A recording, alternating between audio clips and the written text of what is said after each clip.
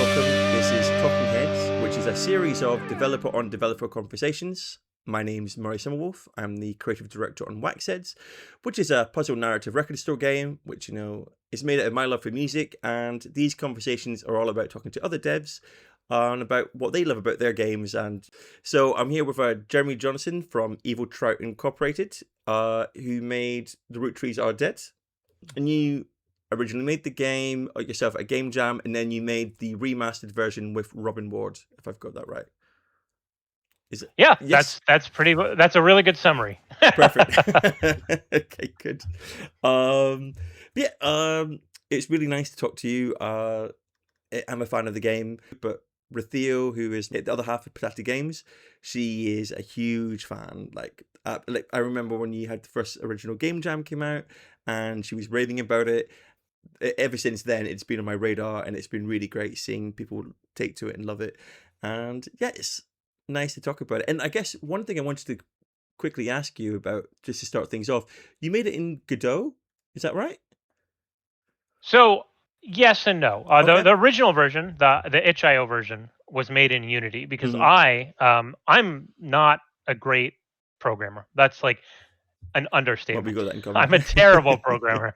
And so I kind of have been using Unity for a very, very long time, and it's what I'm used to, and it's what I'm good with it. It's like second nature to me. I know if I want to do something, I know how to sort of do it enough that I can be dangerous. Yeah, yeah, And yeah. so I built it in Unity because that's what I know.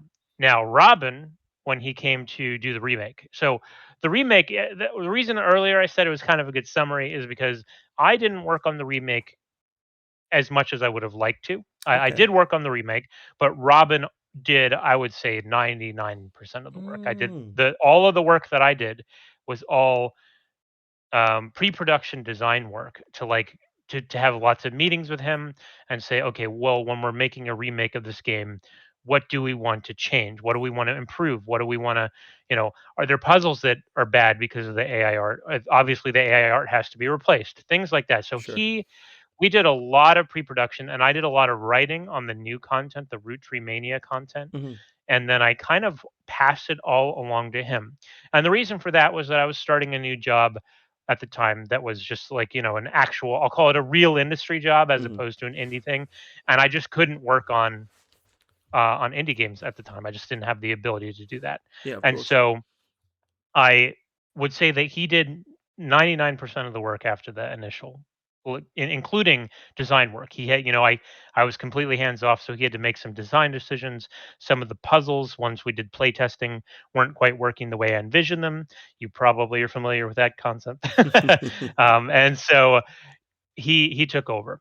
So he built it in Godot because for him, that's what he's used to. He was working on a game prototype before the Root Trees, Mm. and he stopped his own game prototype because he saw the potential in Root Trees. He's like, hey, this needs to become a wider audience thing, and this could be a whole lot bigger than it is now. And so he kind of offered that to me. He came to me and said, "Hey, I can remake this for you if you'd like."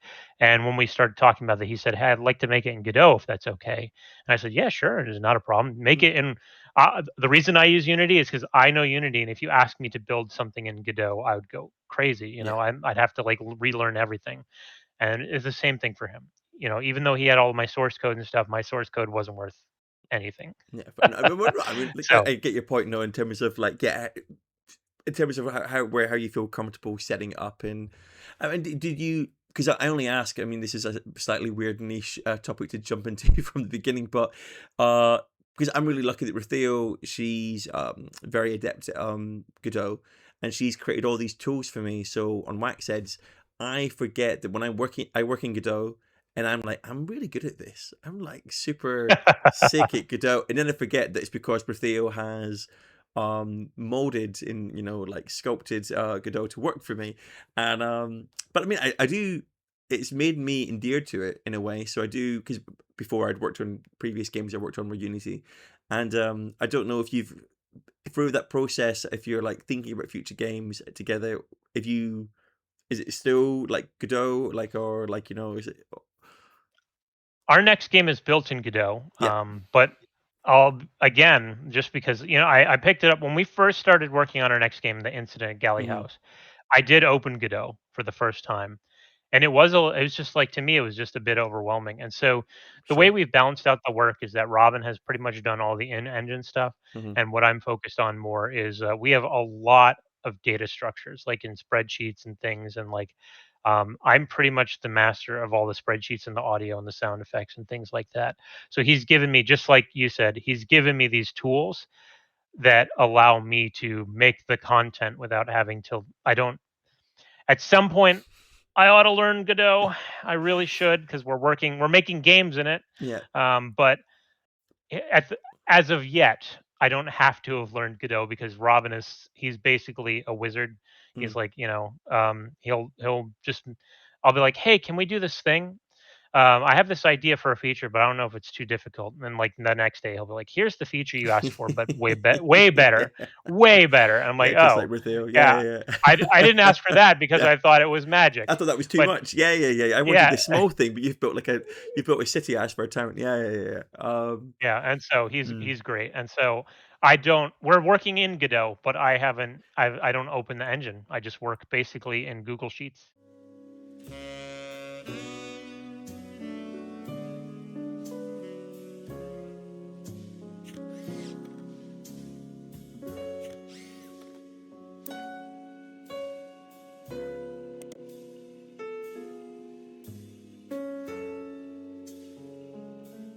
That's a really hearing you talk about the data sheets and all that stuff.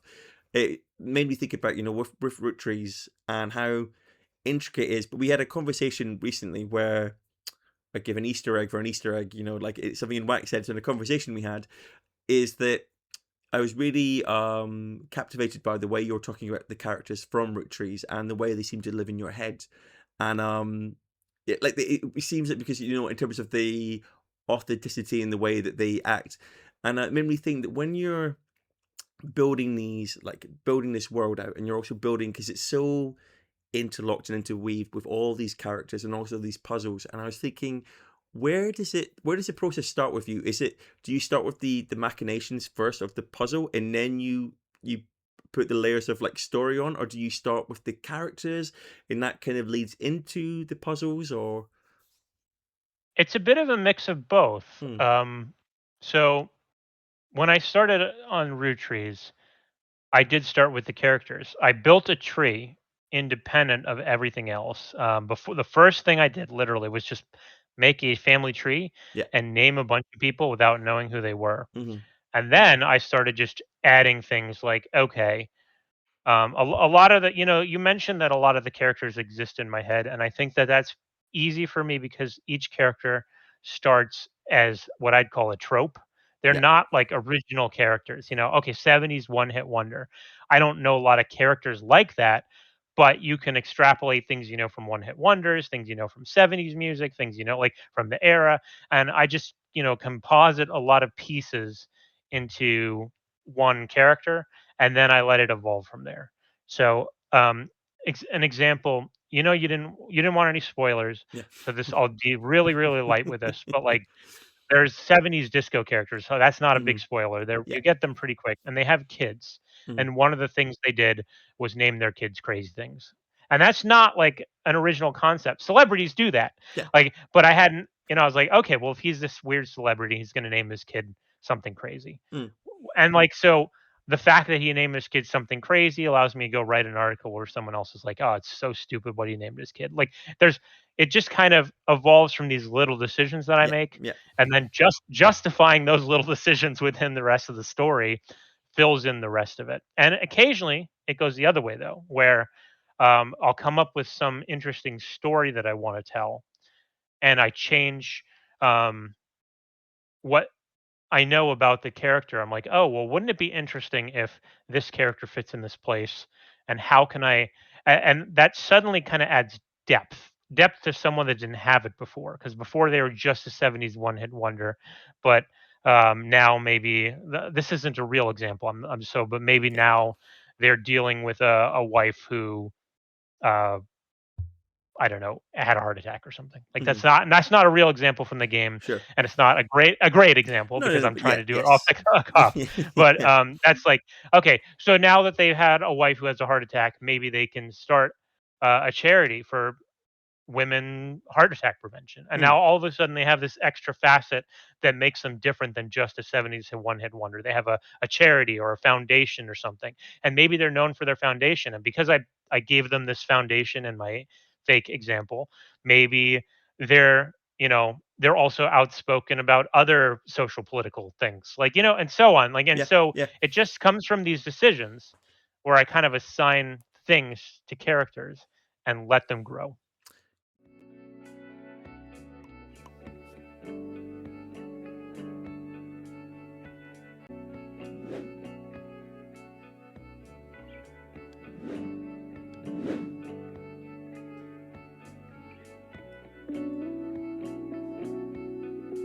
Yeah, no, I mean, it's fascinating. I really, because I'm totally in, I feel like aligned with you in a way that, because I'm the same, where I need, it's not completely fleshed out, but I need some kind of pillars, some kind of, like, so when Wax says a band, I'm like, okay, let's pick out some, you've got like a weird, like, jazz, like kind of weird niche jazz album that no one has heard of, like, and then the more, and then it's like, making contrast. Okay, and then there's a more popular smooth jazz, which is more mainstream, but maybe a bit more not as interesting or not as avant-garde. And then it's like, okay, once you start having archetypes and differences, you can start to see how you can use them, like, as a puzzle idea.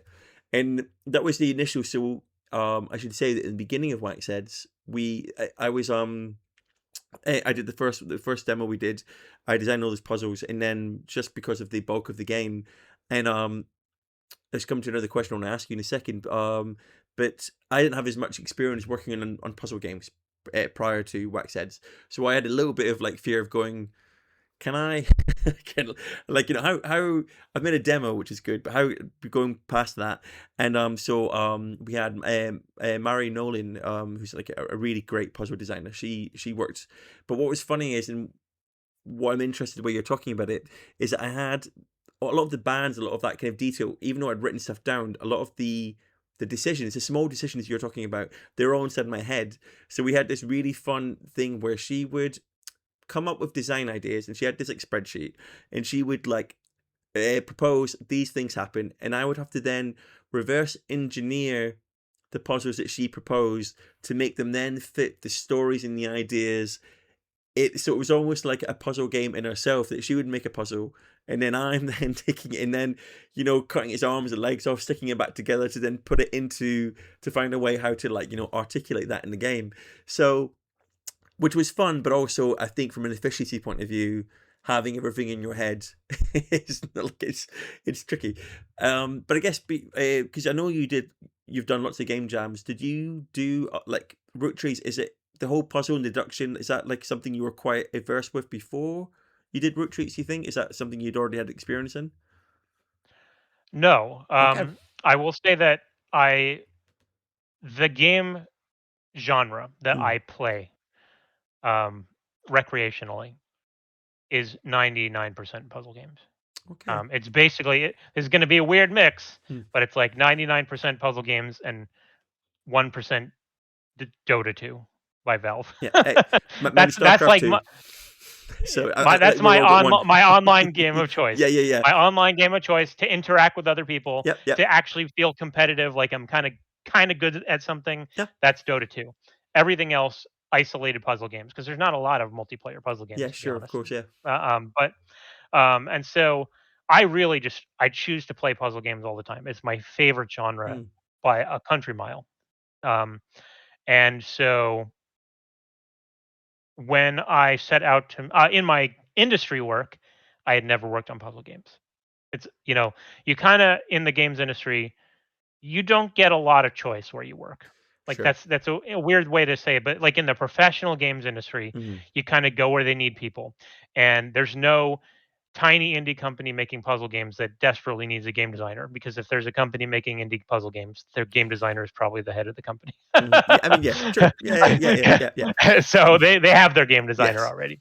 And so a lot of the stuff that I worked on just because I I've been in Phoenix ever since college, Mm, and so after college, I got a job in the games industry, and a lot of and I don't have a good explanation for this, but a lot of the companies here were working on racing games and mobile games and things like that. mm, So I've worked on a lot of racing games, but I don't recreationally play a lot of racing games. That doesn't mean I'm bad at making them, but sure. it just means that like for my in my spare time when I'm working on global game jams and just games that were like, hey, I should just want to build something.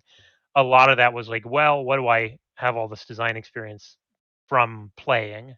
Yeah. And I was all puzzle games. So a lot of my game jam games are puzzle related in some way. They all have some kind of gimmick. And this just happened to be the one that worked.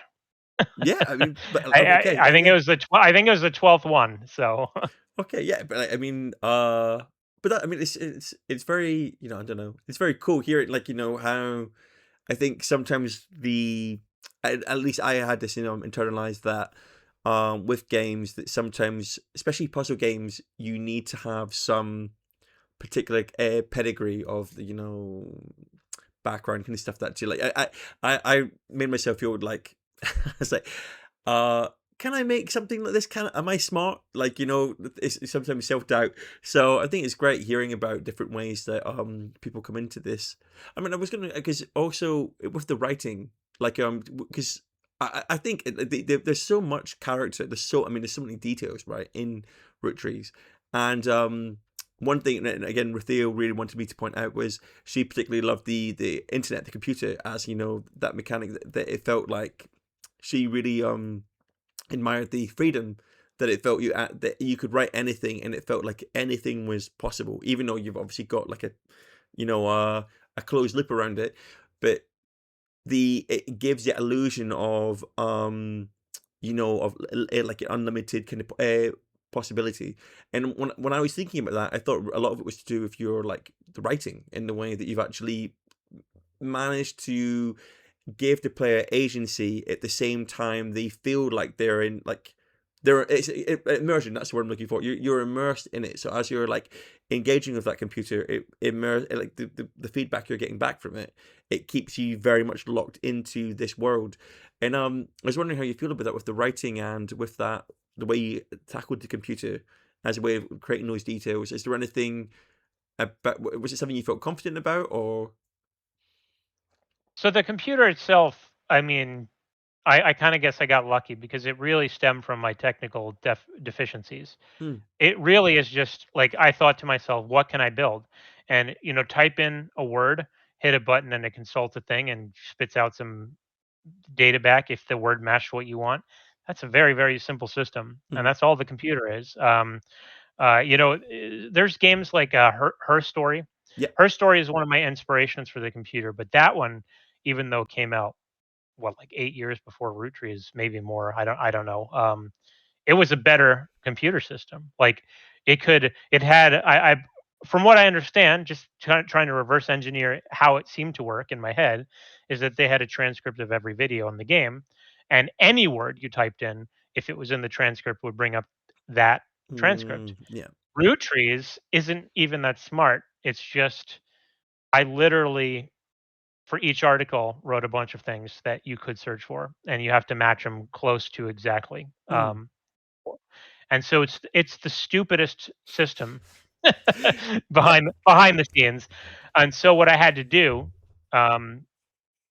like the interestingly enough, a stupid system like that meant that all of the design work was in my head, and so a lot of that the writing, that's just my style of writing. Hmm. I like I don't write very seriously. Hmm. I'm kind of a I don't wanna use the word goofy because like goofy isn't the right humor. It's more like I have this sort of like sarcastic humor that I love peppering and everything. Yeah.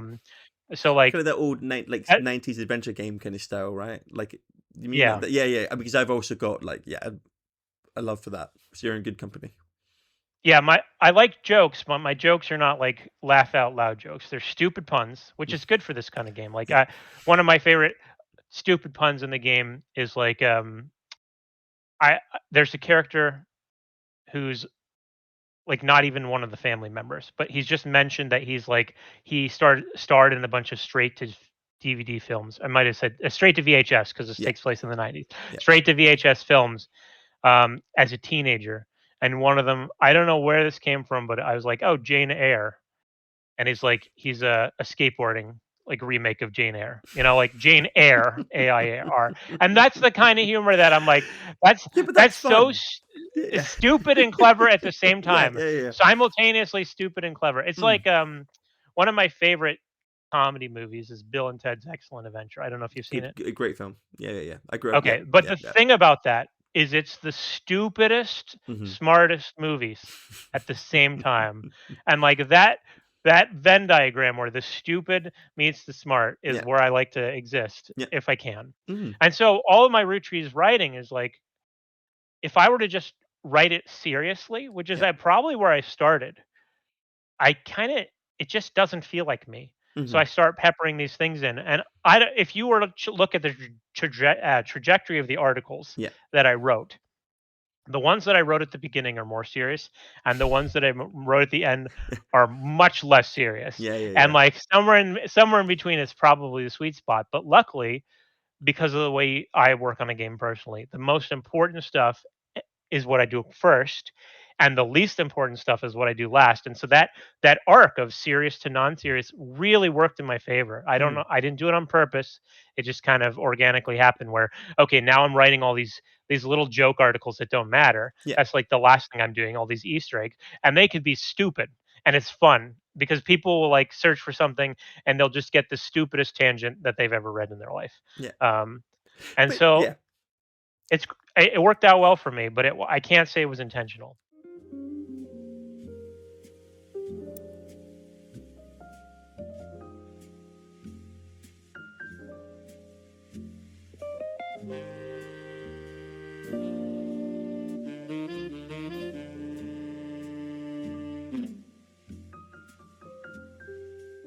I mean, like, and I totally take what you're saying. I think, to maybe say that your humility, that I think that one of the things is that, I, and again, like from everything that I've seen with the game and the way people talk about it is, and I think about this a lot, especially with that style of humor, but it's never mean spirited, right? Like it's got it's all your whole way of writing it with even with that goofiness, and even when you're serious, there's enough because again because the game like when you see this and even when you talk about your simplistic system you're saying for the computer, but everything about it seems to be boasting this idea of it's it's interesting in itself, the way that it's talking about it. There's an affection for it. You can tell that you're endeared to the characters and this world and these characters kind of stuff, and that to me comes through. So even a character like Jane Eyre, in the idea of that being silly, but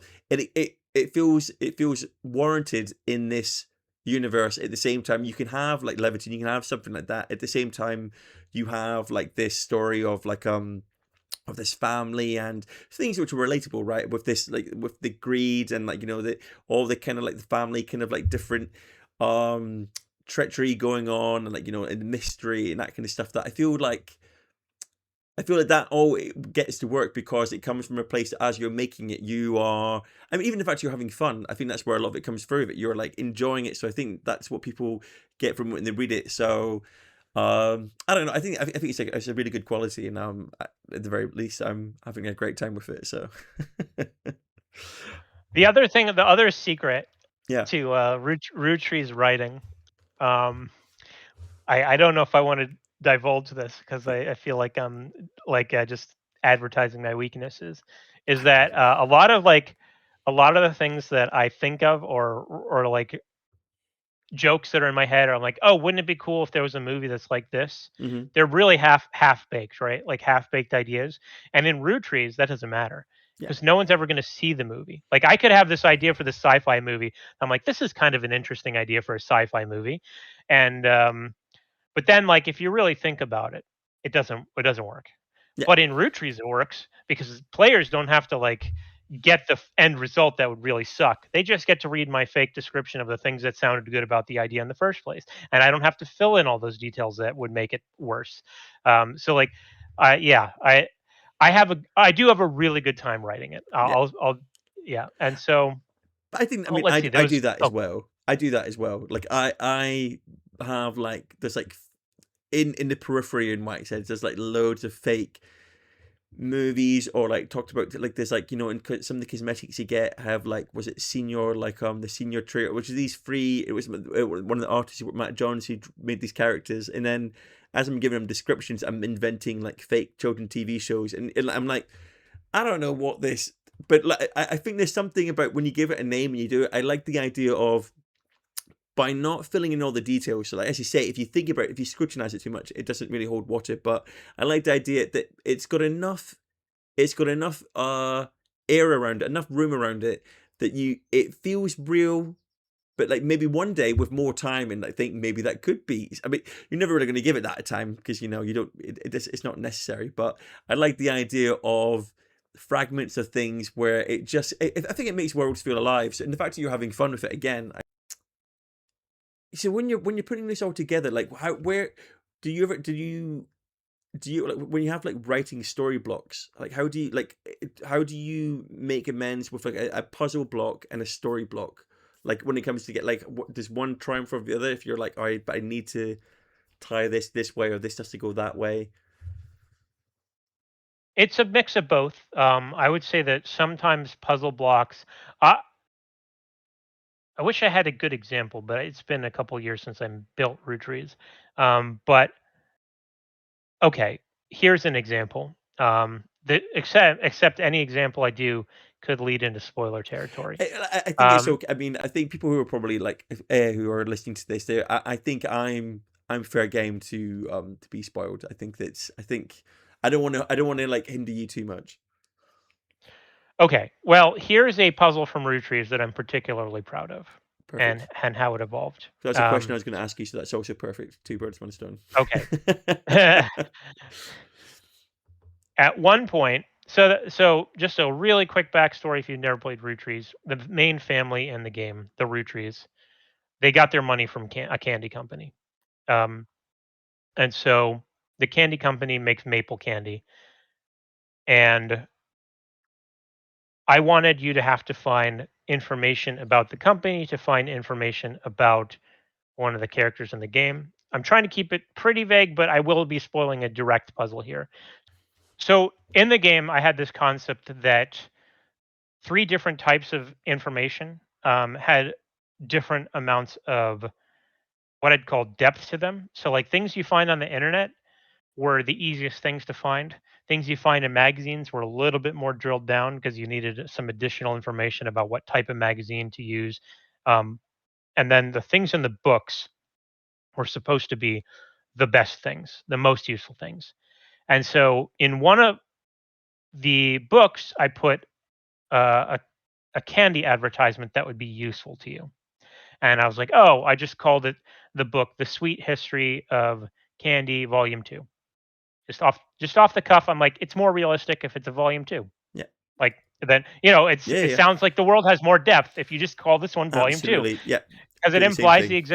it implies the existence of a volume 1. Absolutely. And that when I said, "Oh, it implies the existence of a volume 1, but if I don't tell anyone ever to look in volume 1, then that's a puzzle." Ah. And I was like, so all of a sudden, I hid something really good in volume 1. So I tell people to look at volume 2 and hope that they make that connection that, "Oh, if there's a volume 2, then maybe there's a volume 1." And Mm. if they do, they get, like, super rewarded, like a big reward. Sorry, again, it's a kind of a spoiler there, but, that's the puzzle just came from my brain going, "Oh, let's call something volume 2," off the cuff. Yeah. Like, I just thought it was more interesting if something was volume 2, and then I connected that back into a puzzle. And sometimes it goes the other way where I'll have a puzzle in mind and then I have to kind of finagle the whole story just to make this puzzle Mm. active. This puzzle needs to work. So uh, towards the end of the project, of the design phase of the project. There was some people on the tree that I hadn't really connected to anyone, and they were all the way off on one side of the tree, way over here. You know, it's a literal family tree. So when I say off over here, I mean they're not connected to most of the tree at all. Like they're all the way on the side. Um, and so I didn't really have a way to get them into the puzzles. Like I had puzzles for them, like they had all their information, but it wasn't connected to anyone. And when I went to go connect it to anyone, I was like, okay, I have so much content already. Is there anywhere that I can just kind of slot this in?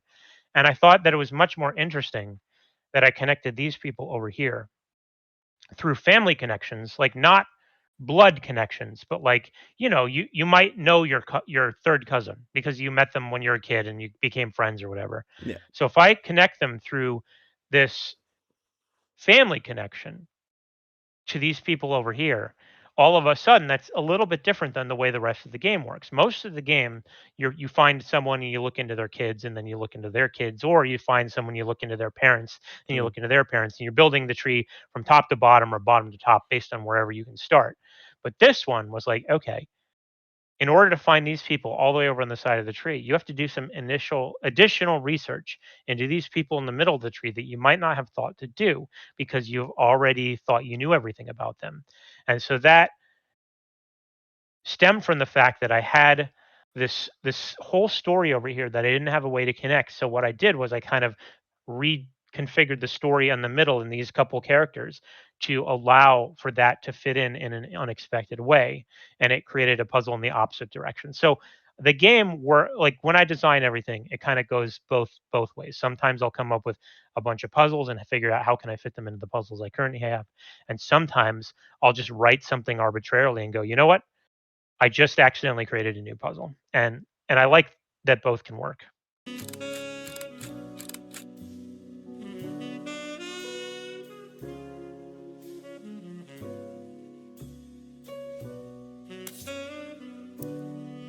Yeah, I mean, absolutely. I mean, like, it sounds.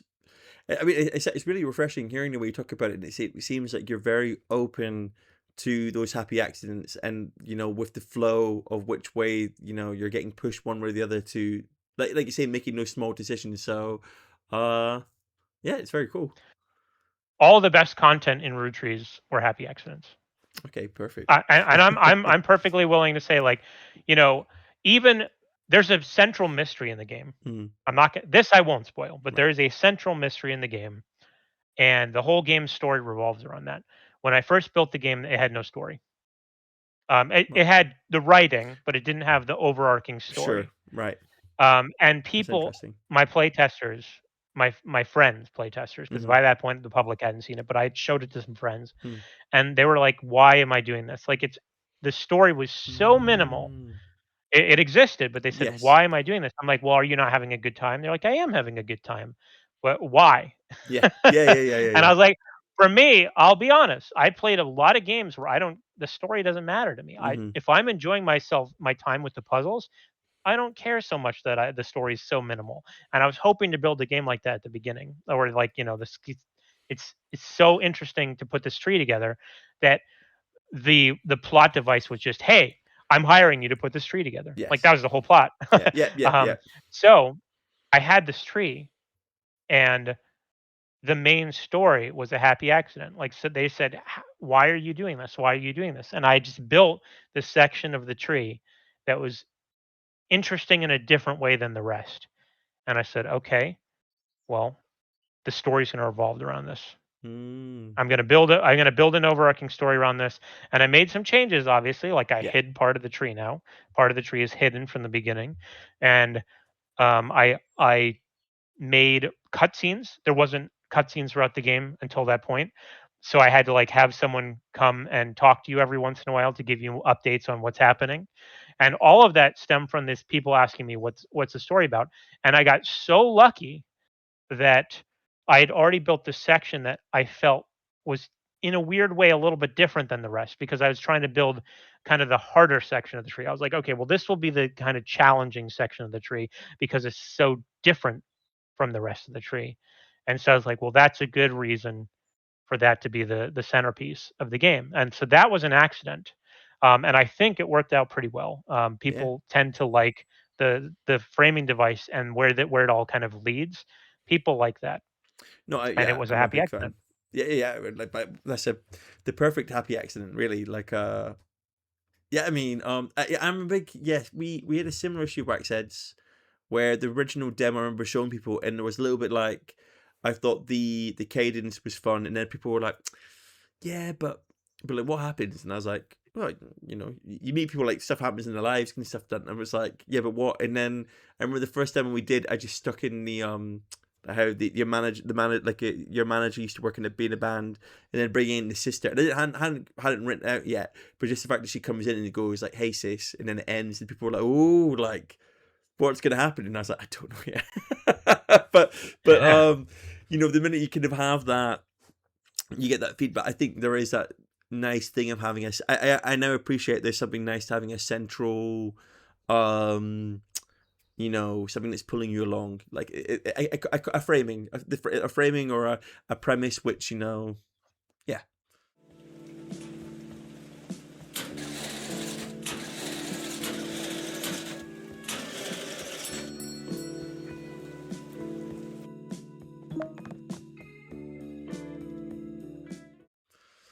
And a lot evolves from that. Like, Yeah, so I'm just gonna spitball off the top of what you just said. yeah, I play the demo, hmm, and she comes in and says, "Hey, sis," at the end, and it's like there's obviously you set up at the beginning. There's this beef, this band broke up or whatever, yeah, and then at the end she appears, and even though you didn't know where that's going, I would say yeah, just off off the top of my head, now there's 1,000 places that this story can go, and what's interesting about it is like those can be tied back into the things that you're building with the other. You have I don't know how many records you end up having in the game, but it's a lot in the demo. It's like 30 or 40 or something, right? Seems like anyway. Maybe it's less. Maybe it's it just less feels in like the a big demo. big. There's more because the last time we put out, we shoehorned a part later in the game into the middle of it like a sandwich. So some people go about the difficulty in like our demo going, I guess kind of hard. I'm like, yeah, we took a bit later and then we sandwiched it in. But I think there's like over 70 records, I think, overall in the game. Yeah, and Yeah, so since your characters have been in the industry yeah, presumably for a long time, some of these other characters that you've built just when you just made a record just for fun. You're like, hmm, okay, I need a record that does this, but all of a sudden that's a person you have to play with, and the people that your characters are can suddenly, oh, I knew that guy. We played a show together. yeah, He was a jerk. Or I knew that guy. We played a show together.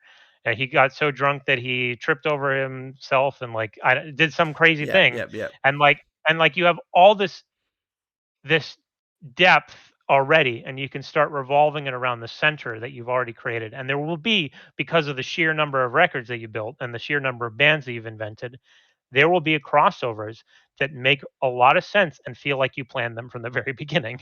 And that's the happy accidents. yeah. I completely agree with you. And I mean, like, and that has happened. Um, and maybe I'm not going to dive into it because I definitely can't spoil Wax Heads yet. Because Yeah, it's not but even out yet. yeah, yeah, yeah. Don't But yeah. yeah, but I mean, it'd be fun. It'd be fun because there's some things which Roottrees is doing which I'm envious of that we, because of different design decisions, we couldn't do, or at least not couldn't do, but we'd have to like change, the game in a different way. But it's an interesting thing to think about and come back to. But I was wondering, like, since our game is about records, or like, is there any music, is there any album which you'd be like, this is what I'd recommend this album for people to check out?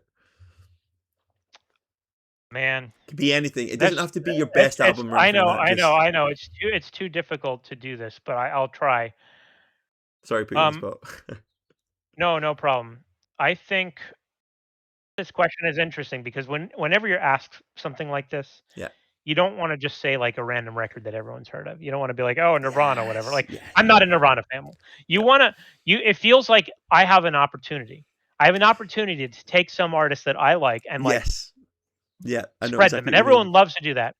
Um, but I don't have anything off the top of my head. I have a bunch that, like, I'm thinking that are bouncing around right now. Yeah. Yeah. Um, I will say, like, I'll just try and be a little bit out there. Yeah. One of my favorite albums, that I tend to like 80s music a lot. And I always find it very interesting to listen to bands that were very famous a long time ago, what they're doing nowadays. Mm. So I recommend two that are pretty much Oh, exactly the same. there's no rule limit, Okay, but yeah, absolutely. okay. So one of my favorite bands ever is Aha. They made Nice. in the United States they made Take on Me. Yeah, Everywhere else great in the song. world they have more hits, but in the United States they have just Take on Me. Mhm. Um, and I also really like Duran Duran. I'm a synthwave fan. Yeah, What can no, I say? both And great so bands. I followed them, both of those bands, throughout their whole careers, not just the parts that they were most famous for. So I don't remember the year that it came out, but Aha has an album called Analog. Mhm. Let me make sure. Sorry, no, Foot No, of the Mountain. Foot okay. of the Foot Mountain. of the Mountain. Aha has a band called an album called Foot of the Mountain. I like almost every song on that, like front to back. Perfect. And it was released I think within the last 10 years or so. So it's All not right. what you So know them for. Yeah. okay, so that's a recent album. Okay, because I didn't know that. And Okay, then yeah, I'll check that out. and Duran Duran, Mhm. similarly, I think the album I'm gonna look it up what it was called. Sorry. No, that's absolutely fair. I mean, these are great. These are really good recommendations. So, I mean, I already have something to listen to. So, yeah. Okay. I think I'm actually like super off on the years. You know, like how you say it was in the last 10 years, and then Yeah. you realize, okay, 2010 wasn't in the last 10 years. I Okay, mean, so in my head, the it was. yeah, Yeah, yeah. the Duran Duran album was released in 2010, and it's called Mhm. All You Need Is Now. Okay. And I like almost every song on that. You also Mm.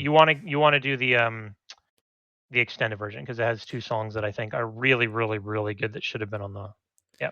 I always find that funny with the extended albums where they put it on and you're like, how did they put this out without that on it? You know, when you just hear it and Yeah. you're like, this is it's such a complete part of it. Well, those are perfect. I am absolutely going to check that out. I think you passed with flying colors. Um, Thank you. not that it was a test. But yeah, It's interesting yes. because, like, you get to hear the evolution of the sound that started in the '80s. Mm, Now, a lot of bands, what they'll do and even a-ha and Duran Duran, they're very guilty of this, is yeah, that, they get super famous with the sound, and obviously when I say guilty, I don't mean that's a bad thing, but they yeah. get kind of stuck or bored or whatever, and they wanna Constrained. experiment and Yeah. change their sound over time. But what's really interesting to me is after a band has done that for a while, every once in a while they'll go back Yeah. and they'll be like, okay, now they've had all this experience evolving outside of what they're known for, and they'll kind of just take it back to basics and just like so those two albums I recommended, I would call them like a huge evolution of the sound that they had in the '80s, where you know it's the same band. Mm, It feels like them, but like they have all this extra experience on their behind them and all these little extra influences. And I love those 2 albums so much. They're like just they'll constantly be be in in your my playlist rotation. for the Yeah, rest yeah, the yeah. rest of time. That's awesome. I mean, basically the exactly the answer I was looking for. So, I mean, like basically, I love hearing what people have connections to, like what albums mean a lot to them, and then why that's always like it's fascinating to me. I don't know, I love it. So yeah, thank you for sharing that. And most importantly, everyone should go and buy the Roottrees Are Dead. So if you haven't already bought it, buy it, and then it, You can also wait and buy it when Wax Heads comes out because it'll be cheaper. or we could do that, yes, because we'll have a bundle together. So, Yeah, we are having a yes, bundle. yes, exactly. So that will be. I'm hoping that people will definitely do that. Um, and yeah, and also, sorry, you have to forgive me. Can you just plug the next game again that you're making and people can anticipate? Yes, it's called The Incident at Galley House, and it is another remake of a previous game that was free. And Yeah. the previous game that was free is called Type Help. You can still go check it out. However, this is my warning. More so than the Root Trees Are Dead. Type Help is very, very story based.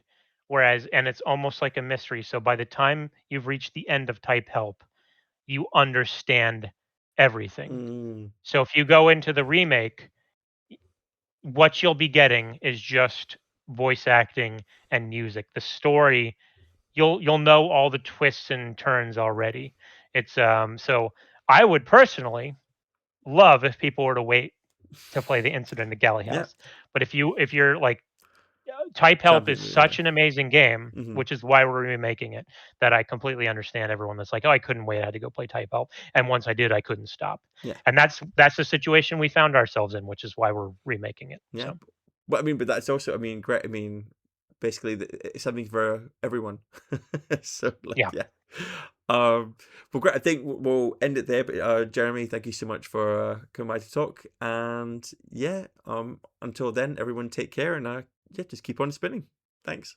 you're very welcome. Thank you.